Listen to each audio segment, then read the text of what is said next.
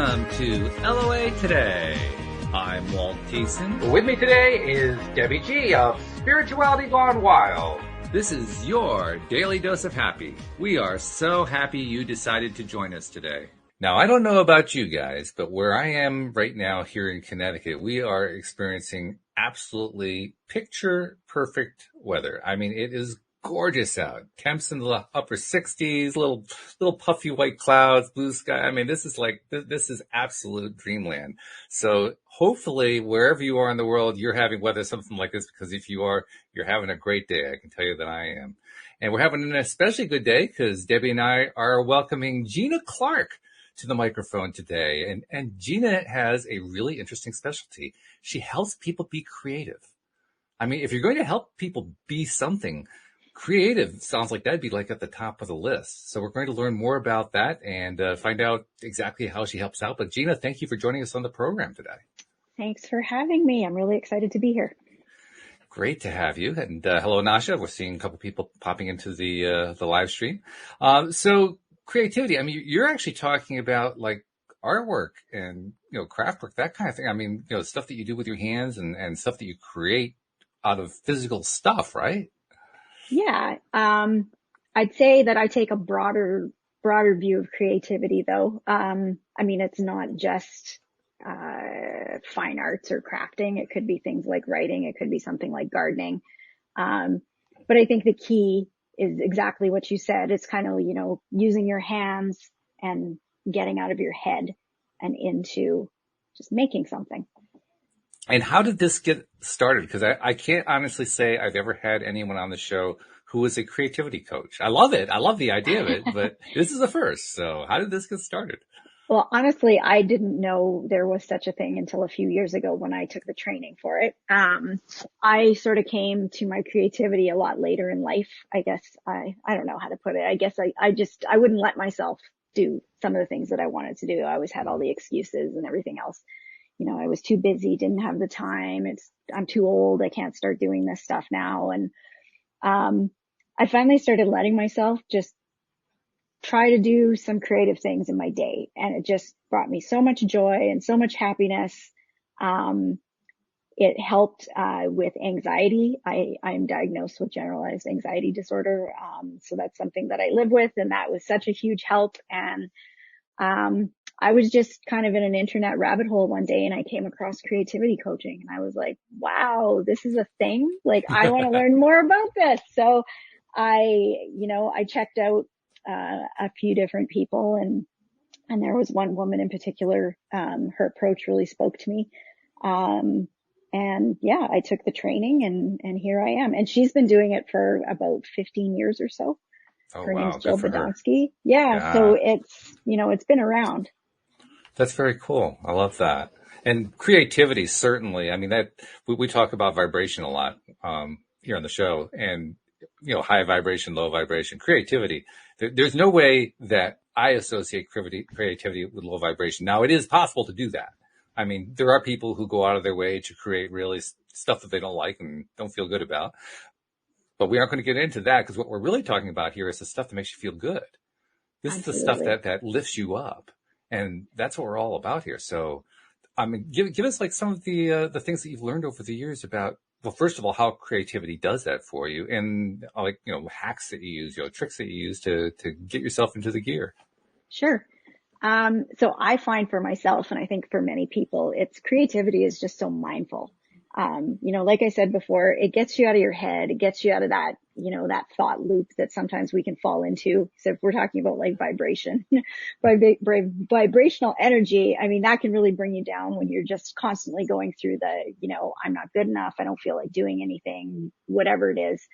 And I find that just doing something with my hands, and what I'm doing right now is watercolor painting. It just sort of breaks that loop just instantly. So as soon as I sit down and I pick up the paintbrush and I just start playing around, it just changes the whole trajectory of my day. So if I was having, something that I wasn't very happy about, or something happened that was sort of stressful or trying, it's just a way of channeling that energy somewhere else instead of just like through myself over and over again.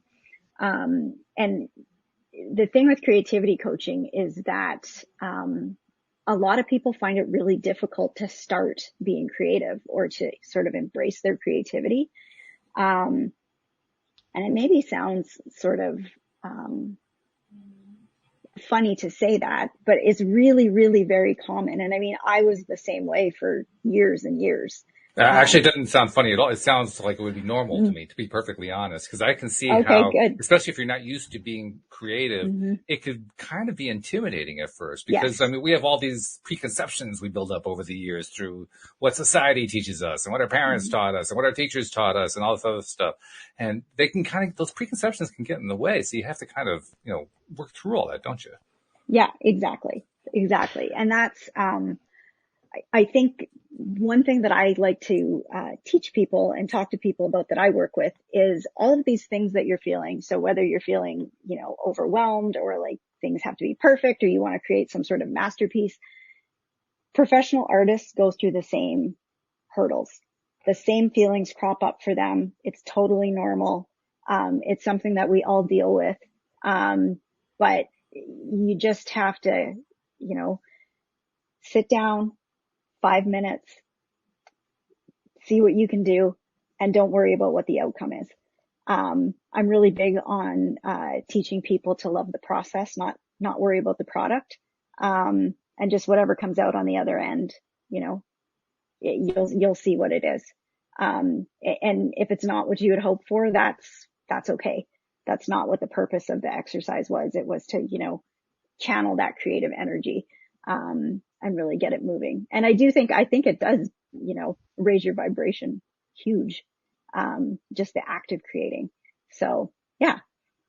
Plus you're getting in I touch with yourself, right? Yeah. I gotta agree with that. I love that. I love creativity, period, though. Let's talk about creativity and that passion center, because all creativity for me comes from my sacral chakra. It's from that passion part of me. It's when I'm tapped in. You've said a couple of things, so I want to talk about that. And the other thing that you said that I thought was awesome was how that you have the person let go of the process and start and enjoy the process versus worrying about it or what the outcome's going to be. But that's something that in life in general, if we can grab that concept, it seems to work really well. So thank you for bringing that up. I can see how you could easily incorporate your creativity into also how that we're functioning throughout our day. But what do you feel about the creativity, the passion centers, and how that somebody can actually tap into that piece? Well, I guess just to give you some background on me personally, I'm very sort of, left-brained and type A. And I've sort of, I was born into this world, I think, trying to, control outcomes. So that's probably why, creativity was That's really so scary good. to me. We have no prior information about that at all. No, no. But you totally I have to let go. And that's really hard for a lot of people to do, including myself. So I like to approach it from, just look for happy accidents and happy surprises. And don't try to control so much. And it's probably going to be a lot more pleasant for you. I mean, I'm somebody that I like to sort of make myself do things, but that's really not very nice to yourself, you're kind of being a bit of a bully. I mean, I suppose there's a time to sort of push yourself into doing things, but I think with creativity, what I found is when I let go and I let go of the control and I let go of wanting to, control the process and how it unfolds and what it looks like, it's just so much more wonderful. It's so much kinder to myself. My clients find it so much kinder. And just to sort of listen to your intuition in terms of where you go next, how much you do, when you stop, when it's time to take a break. So yeah. And that's totally something I'm still developing in myself. Like, this is a fight against my natural instincts. Yeah. I think everybody can resonate with that. Anybody else ever try to control anything? I mean, I know I haven't, but I mean, jeez, just saying. Yeah, I think that's a normal thing. At It least is. today it is. It's normal. It may not always be normal in the future, but right now I think it's very prevalent. It's all over. Well, I'm excited because this is I love creativity. A friend of mine, Tanya Meeks, who you would be a great collaborator with, she's a creative inspirer.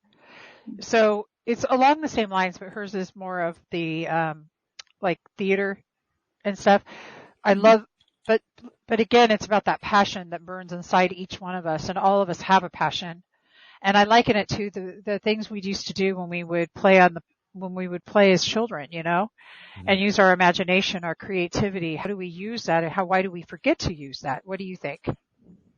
Absolutely. And, that's something that,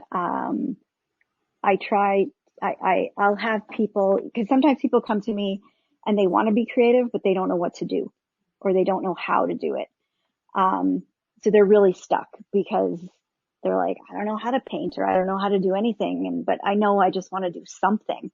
And one of the things that I will help them explore is what gave you that joy when you were a child. Think back to when you were a kid, and what did you just pick up and do without, thinking about it. It just brought you so much happiness.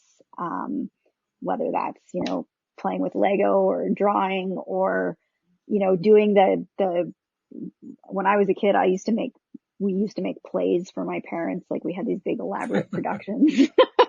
That's what I did. Yeah. No, that's what I did. And I was in the theater, and then, I would use, it's not a hairbrush. It's my dog's lint brush. Well, no, it's not my dog's lint brush. It's the lint brush I have to use because of my dog. Because Epoxy, she probably would think it was her own, but I would pretend it was a microphone. Yes. I interviewed people back with my pretend hairbrush microphone, and I've done it as an adult. I promise you.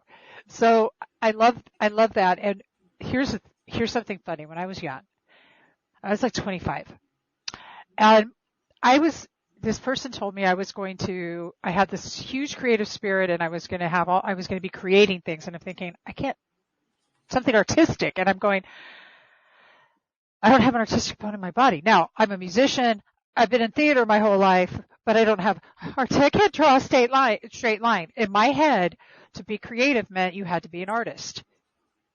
Now, we know that that's no longer true. In fact, I later became a graphic designer. So I still can't draw a straight line. I do it all on the computer. Just saying.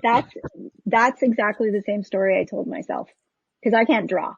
Like, I cannot draw. I can't either. Yeah. And so I was like, well, I feel like I want to be creative, but I can't draw. So I guess it's not my thing. Like, but it just, like, that urge never went away, like, for, decades of my life.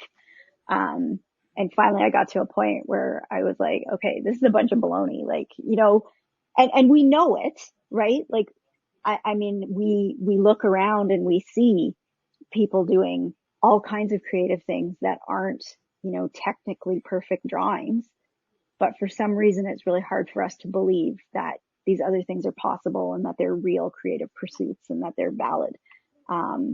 So I think, like, on that note, I think that the internet's really helped with that, Huge, right? Yeah. Yeah. Like, social media is like, the internet, it's got its goods and its bads. But I think one of the great things about it is that it's really opened up these doorways into worlds that people would never have been able to be exposed to, depending where they are in the world. So I think that's true. I think that that's really cool. One of my longtime co-hosts, Cindy Chavez, loves to make a point about, it doesn't really matter where you're coming from with whatever creative thing you want to do. You mentioned drawing, and that's something that she does a lot of. She says, it doesn't matter if you don't know how to draw. Get out a pad of paper with 365 blank pages in it. On day one, draw something. It'll look terrible. Don't worry about it. On day two, draw something else. On day three, draw something else. By the time you get to page 365, you'll know how to draw. Because you'll just get a little bit better, and a little bit better, and a little bit better, and a little bit better. And by the end of the year, you'll look back and say, oh my God, look what I learned to do. And flip them like this, watch them go really fast, and then you're going to have like, oh! Right? Yeah. Well, Well, and I think that's where people get tripped up too, because I mean, it really is an incremental process, right? Right. It's just like anything else, but you look at, so here's maybe some of the downside of social media or the internet. You look at these people that are doing all of these things that you want to be doing, and you love them, and then you know, whether it's put pen to paper or you start writing or whatever, and it just doesn't measure up, and you know it doesn't measure up. It's very discouraging. But that's exactly it. You have to just, you know, it's all about persistence. And just keep going back, keep going back. Don't worry about the product. Keep doing it for the process. And after a year, like, you'll be so amazed how far you've come. I think And it you might, also, oh, I'm sorry, go ahead. I was just going to say, you might not see it over that year, you know, as it's progressing, because Right. it is so incremental. But I mean, if you take a step back and look back from where you started, I think most people would be amazed. I agree. I was just going to say that I think it's also valuable to know what's motivating you, to at least some extent know that, because just to give you a little story that my listeners know about, my brother gave me one of these electronic keyboards for Christmas because I used to play piano when I was very, very young, and I kind of stopped and I kept intending to get back to it. I never got back to it. Like, I really would like to do that, but you know, the place we live in wasn't really big enough for a piano. And then I kind of thought about, well, yeah, electronic. I mean, it's just a keyboard. You can fit that into almost any space. So, you know, maybe I should do that. And I thought about that for about 5 years and didn't do anything. And then my brother gave me the keyboard. And so I said, okay, well, I'm just going to start playing this thing. And of course, it had been 50 years since I had actually played the keys, and nothing felt right, and it all felt wrong. I would tell my hands to do something and they wouldn't do it. It was just, it was not a pleasant thing. But, and this is the big part, an amazing thing happened. Even though I couldn't play anything, I couldn't play a single song. I couldn't play a single melody. I couldn't play classical. I couldn't play anything. Just doing fingering, just playing, you know, scales, just kind of reintroducing myself to the keys for the first time in 50 years, I found my stress disappearing. Mm. And really, here's the really odd part about it, because when I quit piano, I was about 13 years old, 14, something like that. And the reason I quit was because I had two piano teachers. The second piano teacher was kind of trying to turn me into a concert pianist, and I didn't want to be a concert pianist. So she was like drilling me on, you know, do the scales and do all the exercises to get more dexterous and all that kind of thing. I didn't want to do all that. I just wanted to play tunes. So she kind of burned me out in a sense. Well, I went back to doing those because, well, first of all, I had a book of that, so I could actually, you know, remind myself how to read. And second of all, I could they're patterns. So you just kind of learn to do a pattern over and over again. I found I was enjoying it. I said, why am I enjoying it? I used to hate this. And I finally realized what it was. It was releasing stress that I didn't have when I was 13 years old, but I had now. Mm-hmm. And boy, oh boy, did that make it. I mean, literally, I have sat down, sometimes only for 5 minutes a day, but I've sat down every single day to that keyboard since I got it. And I've just loved getting rid of that stress. Plus, actually, I'm actually remembering some of it, which is also good too. But, yeah. Well, and that's the beautiful thing.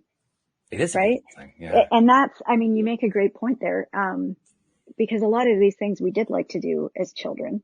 Right. You know, even if we got to the point where we didn't like to do them anymore, as most 13-year-olds, you know, kind of tend to wander from that type of stuff when they hit that age. But, you're not doing it to relieve stress then, but you're doing it because it feels good. And going back to those things can make you feel good again in a way that you haven't felt since you were young. And that's exactly where I was when I started, doing things again. In my case, it was more, you know, I had 3 kids.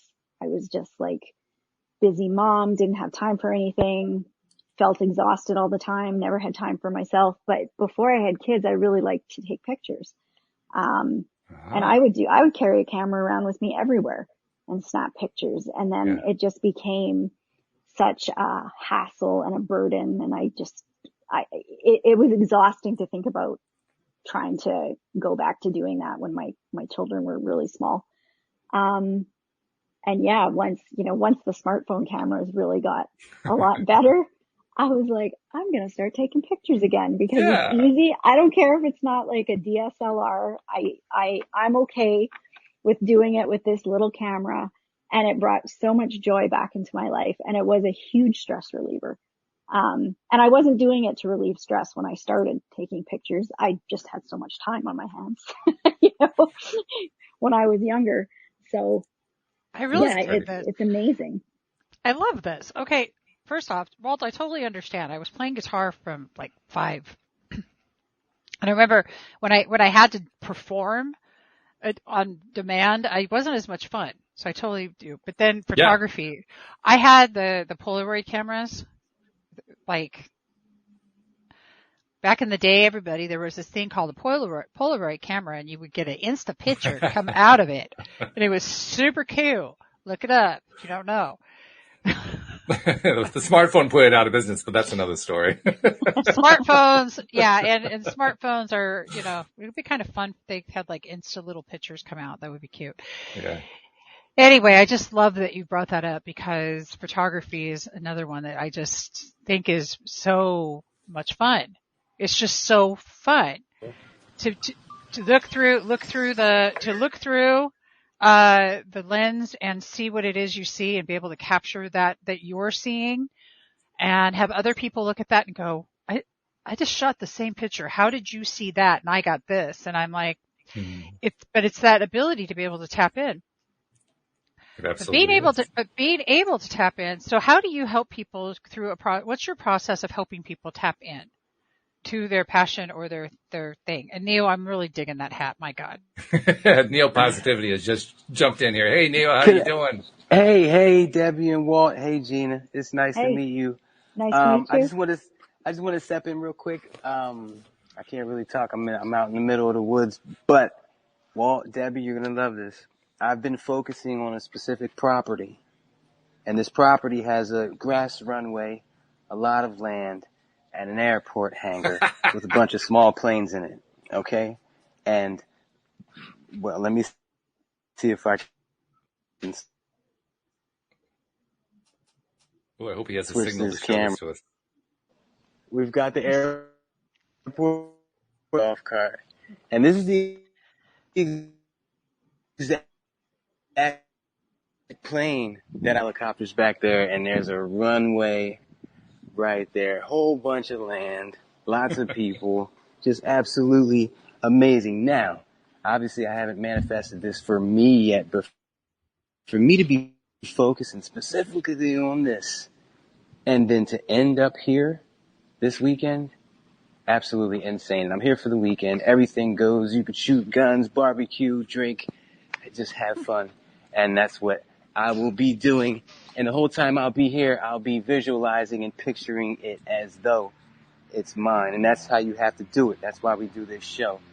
Get into these situations. So now when I go home and do my mental exercises, they'll be able to be so much more thorough because I have physical experience with this. So try to get that, you guys. Anything you can get that can physically have you in there. Like I talk about putting my toes in the sand at a beach, at the sand in the park to visualize being at a beach. This is it. So while you're in these situations, just stop, take it in, breathe, and make sure you use that for the future. But I don't want to take up too much. Oop, just lost him. But that was significant, Gina, because Neo is big into paramotoring.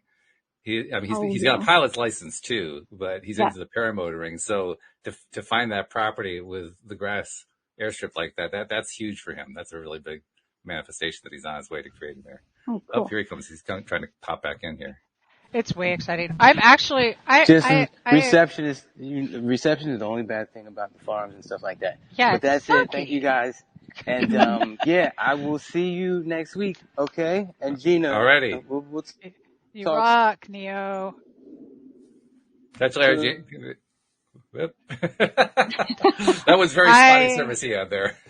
I am loving this conversation, and I want to listen. I'm going to continue to listen from behind the scenes.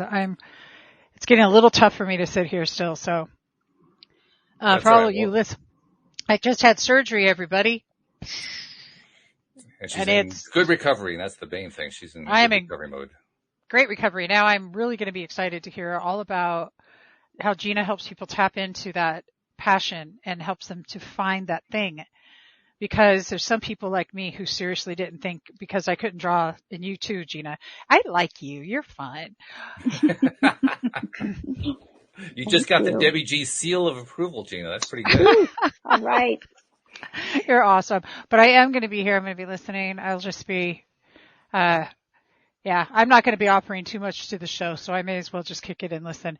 But I'm excited to hear more. That's right. Well, we're glad that you were able to make it for the time you did make it. Keep healing up there, girl. We're all praying for you. We're all putting out the energy for you. You'll be there. I'm headed to the doctor. So right at 2 when this is over. I'm in Huntington Beach, so California. So it's only 2. But keep doing what you're doing, Gina. I'm really inspired. The fact that you are just doing this, helping people tap into that inner peace that they really need to get out, is beautiful. Thank you. Thank you. Absolutely true. I have to say that this whole concept of talking about creativity is a big deal. It's a very big deal. I mentioned earlier, the experience that I've been having with the keyboard, and yes, it's a process of reacclimating myself as something I used to do 50 years ago. And it's actually coming back over time. I've been doing it now for, let's see, I got the keyboard in early January. We're now in mid-March, so 2.25 months, something like that. And in that time, I've actually gotten a lot of my touch back, which is pretty cool. I like that. Can I play a piece all the way through? Well, kind of, sort of, not quite yet. But that's not really the important part. The important part is just the activity of playing the keys, putting the notes together, putting the chords together, reminding myself, first of all, how it works. But then, it starts to come back, and I start to remember stuff that I used to know. I've actually, in some ways, I've kind of advanced beyond where I was before. But that whole process of reacclimation has produced creativity that doesn't really fit the old categories of creativity. I think that's what I'm trying to get to. That it isn't so much that I'm writing new music. I plan to do that at some point. I'm not really there yet. It's not that I'm creating something that nobody's ever heard before, but it's coming out of my fingers, and it's coming out of my heart, and it's coming out of my body. And there is something about that not only releases stress, not only creates joy, but it creates life. It's like an expression of life, and through the expression, the life grows. You know what I mean? You know what I'm talking Absolutely. About? Yeah, for sure. I love that. I love that you're saying this. One of the big reasons that I really wanted to, go deeper into creativity and really help more people, tune into it, is because I really, really believe that if we had more people in this world who could tap into that place, like, we would be a much better planet. We would be much better off as humans if everyone was able to tap into that part of them where they're being creative in whatever way that is for them. And exactly as you say, that doesn't mean that you have to be creating, something original, or again, a masterpiece, or, the next great novel or anything like that. It's just the act of, putting things together in whatever way, your creative pastime allows you to. That's where the magic is. That's really where the magic is. And I think it just, the thing about creativity too, is it's something that's very internal, and it's all yours. And there's very few things in the world that, are like that. We do so much. We do so much of what we do, for others, with others, because of others. And creativity is one of those things that I really think it's an expression of your soul. And what's more beautiful than that? And if we could all get in touch with that, I just think that we could elevate, the whole vibration of the planet if we had everybody who was tuning into that. Right. Well, exactly. That's the whole point. And the fact is that this is a topic we talk about a lot. We talk about what does it take to raise your own vibration, and what does it take to go within, because we live in an external society. Everything that we do, we try to fix things externally. We try to make things happen externally. Everything becomes external. And yet we also know through the topics we talk about here that our real power is internal. Mm-hmm. And so this is really like an ongoing exercise in reconnecting back inside with, where is my internal power, and how can I feel it? How can I express it? How can I touch it?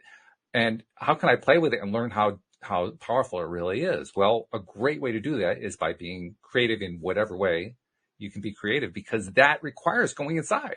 You can't Exactly. create externally. I mean, Yeah. well, you can in a sense with like a paintbrush or whatever, but even that's happening internally. The person who's looking at it can see that you're doing it on a canvas, but the person doing the painting is doing, they're not doing it on the canvas, they're doing it inside. Yeah. And the canvas is the expression of what's going on inside. So it's like the ultimate way to tap into who you really are. Yeah.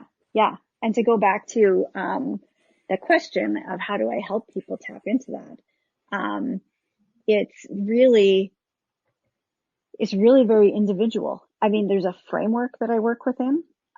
It's called Kaizen Muse, the framework, but it's very important that each person I work with, the sessions are all about them. They're led by them. The people who I'm working with know what it is that they need. They don't need me to tell them what they need. Right. I may guide them, to figure that out for themselves, but it's really about me empowering them, to be able to pull that creativity out of themselves and do it in a way that feels good for them. So, we usually start by talking about what it is that they would like to be doing, that they're not, and what's getting in their way. And that can, bring up a lot of very interesting things. And I think sometimes people, as they start talking, they don't realize sort of the layers of things that hold them back until they start expressing it out loud. Yeah. So there's definitely some things that we can work on. I always ask people, like, what do you think would work? What do you think the next best step is? It's really about, giving their power back to them. They're not coming to me for me to say, well, here's a list of 10 things that I want you to do and come back next week and I'll see if you did them the right way. It's not about that at all. It's about them, really learning to trust themselves and to tap into their own power and really to be a little bit vulnerable and let themselves do things that maybe seem a little bit scary. And some of what I do is, some guided relaxations. So they're really like they're visualizations, that are sort of tailored to what we've been talking about. So I'll, create a visualization for my client. Maybe they're feeling like their creative power has been taken away from them. So I'll create a visualization around them feeling that power coming back into them. And it's so effective. It's so empowering. And yeah, like when I did the training, I actually went through being coached as well. And it's just amazing. And it's all right inside of you already. It's just sometimes we need help pulling it out. Yeah, that's true. I'm also curious about the name too, Kaizen Muse, because it contains the word muse, which is a word we associate with various creative endeavors, most often, I suppose, with painting, but also other art forms as well. And the muse, Yeah. I don't even know what the proper definition of a muse is, but I kind of associate, there's a person who inspires the creator or the artist, and that person becomes the source of all of their, this is what I'm going to do next, and so on and so forth. Yeah. But where does Kaizen Muse come from? What's the origin of that?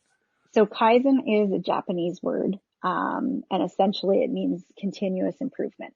So when we were talking before about, the incremental improvements, incremental changes, it's that sort of philosophy. So it's something that's been used in the business world, by the Japanese initially. I think it was actually taken up by Toyota just as a way of looking at the organization and seeing what changes could be made incrementally so that, people fear responses don't come to the surface. Because, there's all this talk about change management and all that stuff. That's because when change happens, people are like, whoa, like, I don't want to change. What are we doing here? But these changes are so incremental and they're so small, that over time you make a bigger change without sort of disrupting the whole system. So that's kind of the philosophy, with the person that I work with is I help them take such tiny steps forward that their fear response doesn't get triggered. So they don't go into like paralysis mode and they don't say like, I can't do this, I'm getting overwhelmed. It's just about tiny, tiny steps in the right direction. So that points at what is often called writer's block. I mean, it can apply in any creative Yes. endeavor, but Yeah, writer's block, I guess, really is a thing then. absolutely. Yeah. I mean, sometimes I look at a blank piece of, watercolor paper and I'm like, I have to remind myself, just like, instead of thinking like, what am I going to do with this piece of paper? I just tell myself, just sit down for 5 minutes and, paint some circles. Just put some paint on the paper. It doesn't matter. You're not trying to make anything. And I always end up staying longer than 5 minutes. But if I was like, okay, it's not going to count unless I'm here for an hour and I don't like actually make a painting. How often would I get to it? Probably not very much. So yeah, so that's the first part of it. And then the muse part, Jill, she created 9 modern day muses. So the ancient muses from the Greek mythology, they don't really fit today anymore with the way we live our modern lives. So she came up with these 9 muses, and she actually has a book called the 9 modern day muses on a bodyguard. And it's just things that we can draw upon in different parts of the creative cycle to help move us forward. So for example, one is the bodyguard. So, sometimes when you're feeling like everyone's better than me, I can't do this, who do I think I am? Or maybe you've received some criticism, of your work that stings. The bodyguard's really there to sort of shield you and say, I've got it. You just keep doing the work and don't worry about what is happening on the outside. And then there's another muse called lull. So that's when, you can become creatively overworked for sure. Or maybe there's so much going on in your life that it's just, maybe it is time to take a break. Like taking a break is part of the creative cycle. Sometimes you need to take a step back and just sort of let things percolate, or, it kind of reminds me of, like the idea of a fallow field. You have to leave it sometimes. You can't just continuously try to grow crops there forever and ever, because you're going to deplete everything out of the earth. And it's the same thing for us. She's got another muse called audacity, because sometimes, as part of creativity, you have to have the audacity to be like, here I am, here's Go my for stuff. it. Yeah. Yeah. Like this is what I'm doing. Mm-hmm. So it's really cool. So it's marrying those two things, giving people those tools from the muses and then also helping them, inch forward. So they're making creative progress. You're reminding me that when we are in that creative zone and if being effectively creative, I think I'll call it that, we are basically breaking through that comfort zone, because you don't really create in comfort. No. And I don't say that to make it sound like it's an uncomfortable process. It isn't. It's just that the things that inspire us, the ideas that inspire us to create something, don't come from feeling comfortable. No.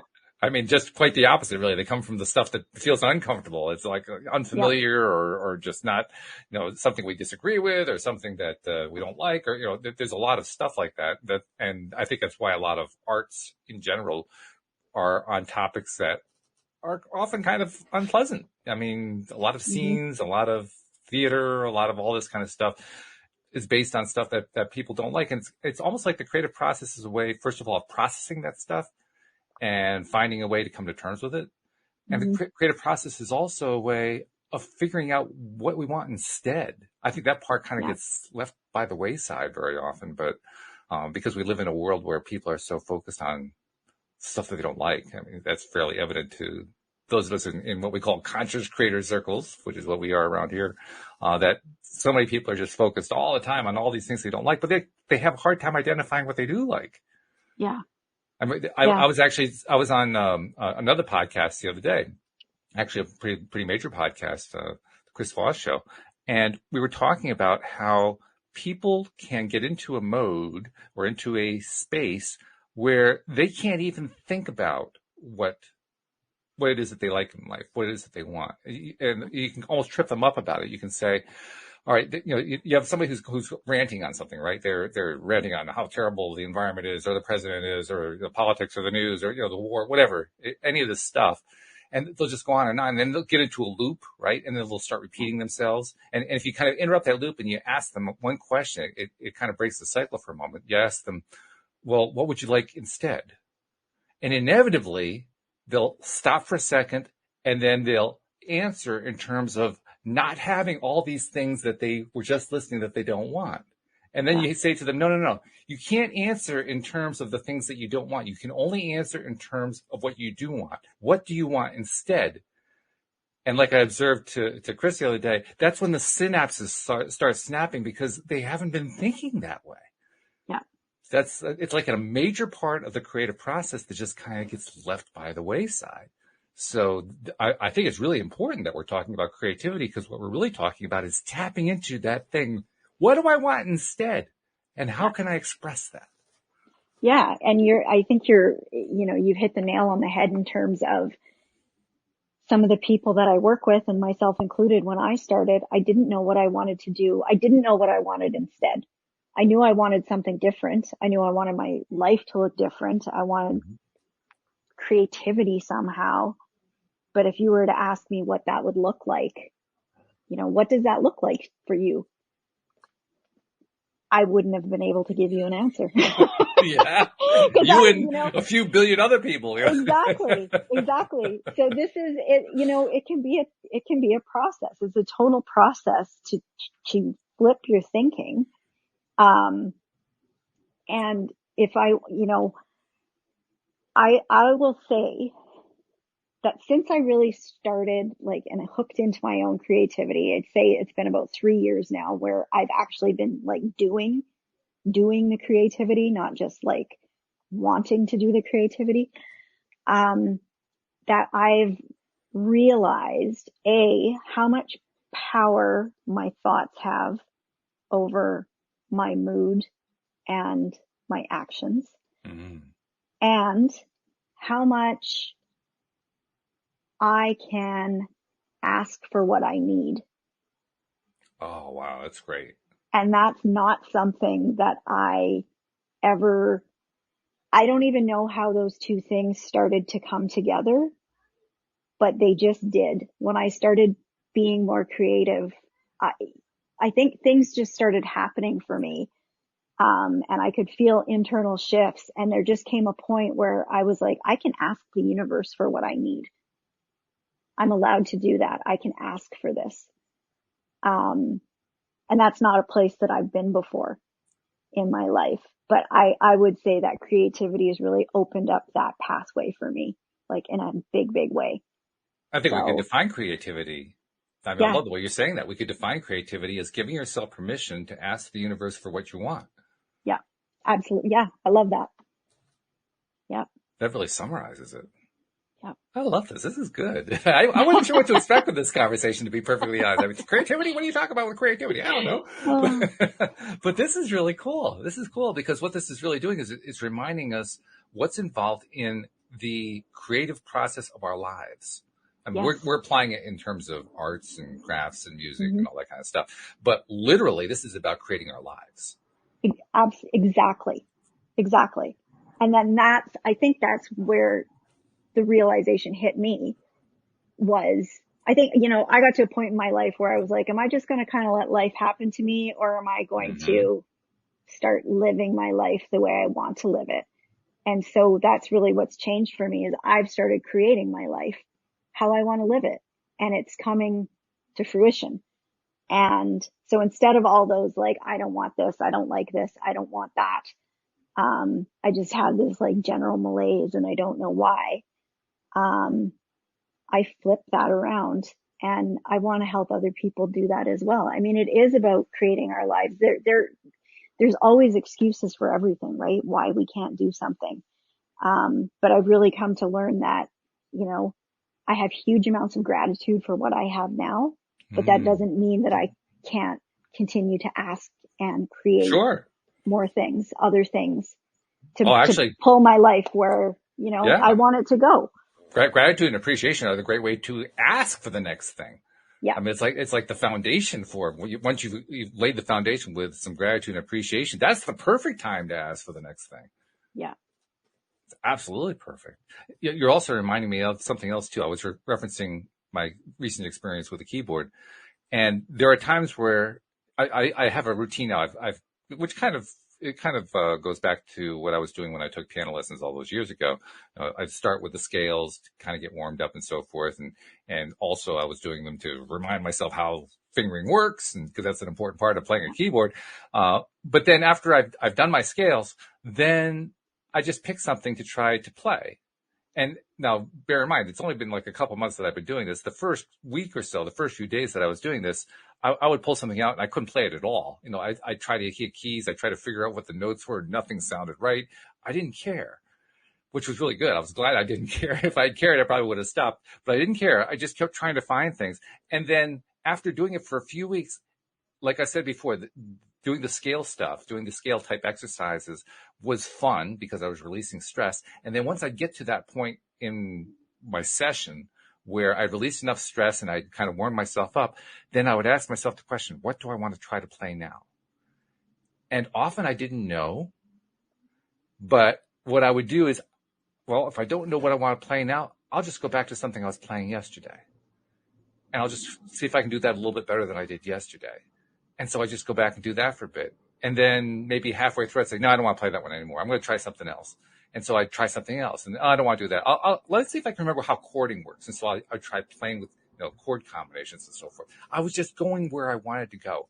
What was my mood taking me at that particular time? Yeah. And I mention that because that's an essential part of the creative process that I think people kind of overlook. Yes. And yet the great masters, the master painters, I mean, we know, the art historians have really dug into this in a very deep way. They know that the great artists, they didn't just sit down and paint a masterpiece. They did drawings in preparation, and they did different scenes, and they did all this preparation work to get ready for doing the painting. And then they would actually sketch out the painting before they did the painting. And then they'd paint on the sketch. I mean, it was a constant play with it. Yeah. To find where you want to go. You look at these old paintings too, and the X-rays and things that they've done with them. I mean, paintings were changed too. Oh yeah. so these masterpieces that we look at and think, this is perfect. I think sometimes exactly we have this vision that they just, the creative muse channeled into them and they painted it and there it was, but absolutely not. Like they're going through all the same things exactly like you described. Like, do I want to do this? Do I want to do that? I'm bored of this. I'm going to try this. What happens if I put this here? They did exactly the same thing. That is the creative process. It's trial and error. This is exactly, the words that I use with my clients are go where your intuition leads you. Take creative detours. So if you sit down with an intention of doing one thing and you're not feeling it, you don't have to do that. Try something different. Go back to what you did the day before, pick up a completely different medium if that's what you feel like doing. Like you're not married to anything. You are creating your own creativity. Yeah, that's really great. We have, in our live stream, we have a few people in the live stream, and one of them is an indie artist named Whittington Still, who says creativity and freedom go hand in hand. I love that. But you want to comment on that? Because I think that's important. Yeah, I think it absolutely is important because creativity is, again, it's so individual and I feel like creativity is like an expression of your soul. And it's also I like to say it's the highest form of self-care that you can practice. So when you are being creative, you are being absolutely free. You are being as free as you can be when you're being creative because it's all you. All the decisions are yours. Whatever happens that comes from you, it comes from your intuition, your mind, your heart, your soul. And I think that's why, a lot of times people don't want to start or they're afraid to start because they think it's all been done before. Mm-hmm. or they think, why would I paint a picture of a sunflower? Van Gogh's done it already. or whatever, right? But what you bring to whatever it is you're doing is so individualized, and it's the expression of your particular unique experiences, circumstances, thoughts. And it is complete freedom for you. So it's never all been done before, because you've never been here before and you've never done it before. So That's a great point. yeah. That's very important. In fact, it also reminds me that the whole idea of freedom and creativity is kind of a prerequisite for life. I mean, you really can't have a truly, what we'd like to call it, an abundant life. A life that is full of all of the things that make life worthwhile. Good health, good relationships, money to do things with, the career that you really wanted to have, the hobbies that you enjoy doing, all that stuff. You really need to have everything in order to have an abundant life. In order to have everything in your abundant life, you have to feel free to do it. That's what we're really talking about. We're not talking about somebody having given you permission to be free. It's you giving yourself permission to be free. Yeah. I mean, and really what that comes down to is giving yourself permission to put something on the paper or into the music or onto the screen or into the scene on the stage or whatever that, yeah, maybe it isn't exactly perfect, but who cares? It doesn't matter. That's not the point. The point is expressing it, not whether it's perfect. Yeah. But, it's just making me think freedom is very vulnerable. It is. Right?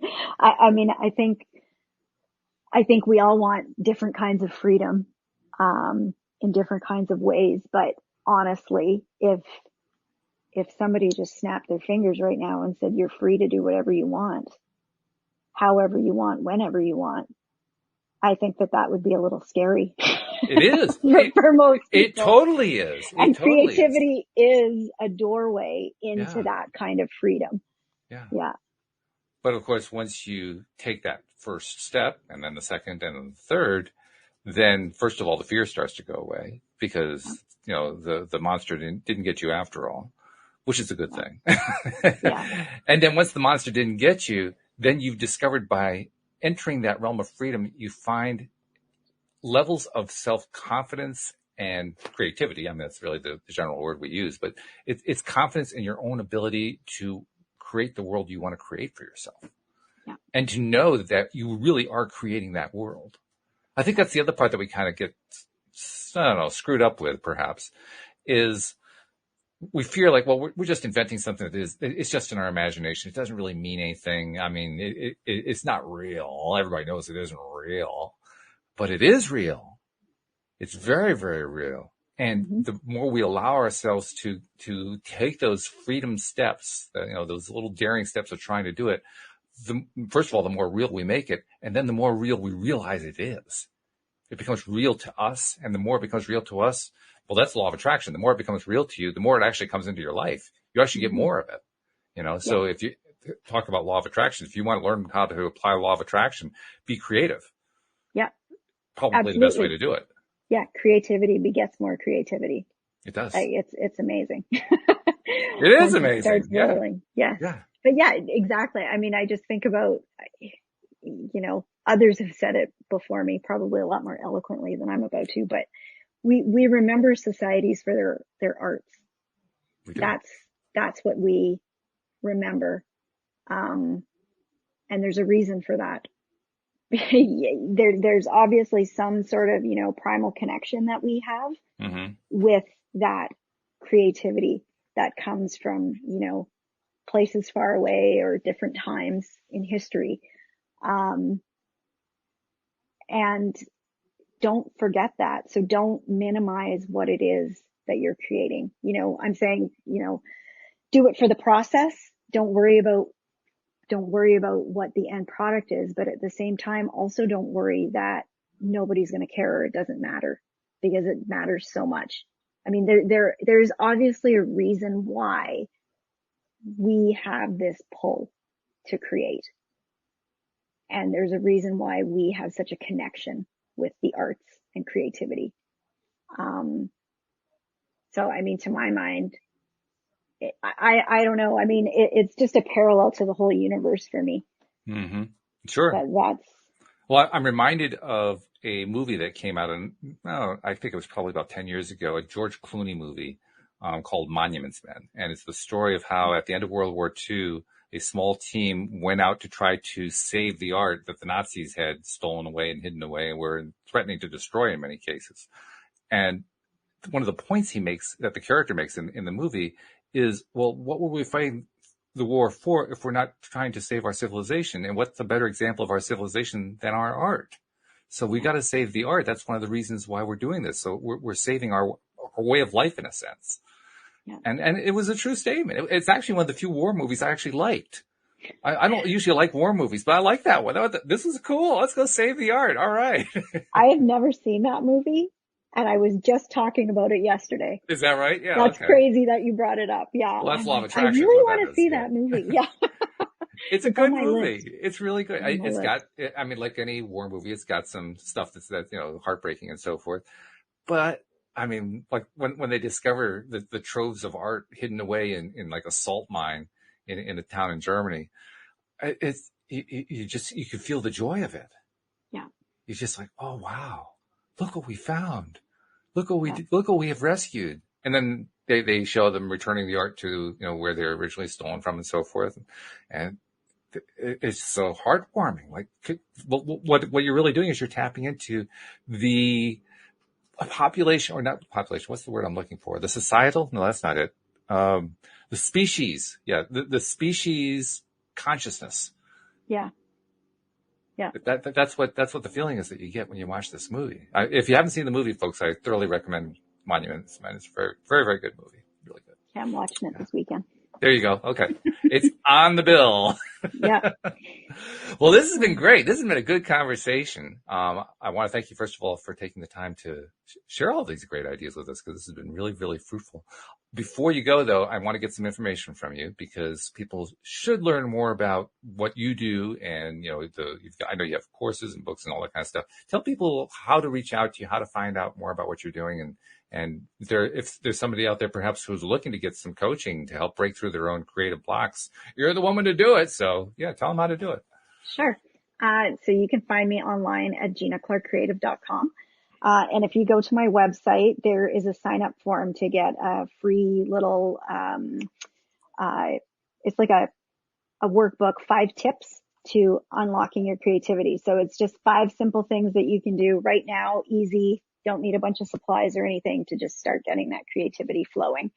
You can find me on Instagram at Gina Clark Creative. And there's information on my website as well about coaching and how you can get in touch with me. That is really good. Well, thank you. This has been really, really interesting, really fascinating. Yeah, I don't think we've talked about creativity in quite this way before. Like I said, we haven't had a creative coach on, so to speak, that I can recall. So that's probably why. But we use the term conscious creation all the time. Literally, that's one of our most common terms here. I don't think we've ever talked about what the creation part is. We talk about in terms of what steps you take to be a conscious creator and so forth, but what is the creation? We haven't really talked about that. So, hey, thank you. You helped to fill a gap. Oh, you're welcome. Thank you for having me. Yeah. I really enjoyed this. It's really fun. Good. Well, I'm glad you enjoyed it, because I know we enjoyed it too. And of course, we wish Debbie continued healing. I'm sure she'll be healed up by next Friday just fine. But in the meantime, we wish her not only the healing, but also, when you're going through a healing process, there's pain involved. So we wish all that to kind of go away and she gets into perfect health very soon. And we hope that Neo finds that perfect landing strip that he's looking for. I think he may have found it. We'll see how that turns out. But we'll have to ask you to stay tuned to find out more about that. But in the meantime, thank you, Gina Clark, very much for sharing all that you had to share. Thank you to our live stream listeners. Thank you to our podcast listeners everywhere. And we will see you all next time here on LOA Today. Goodbye, everybody.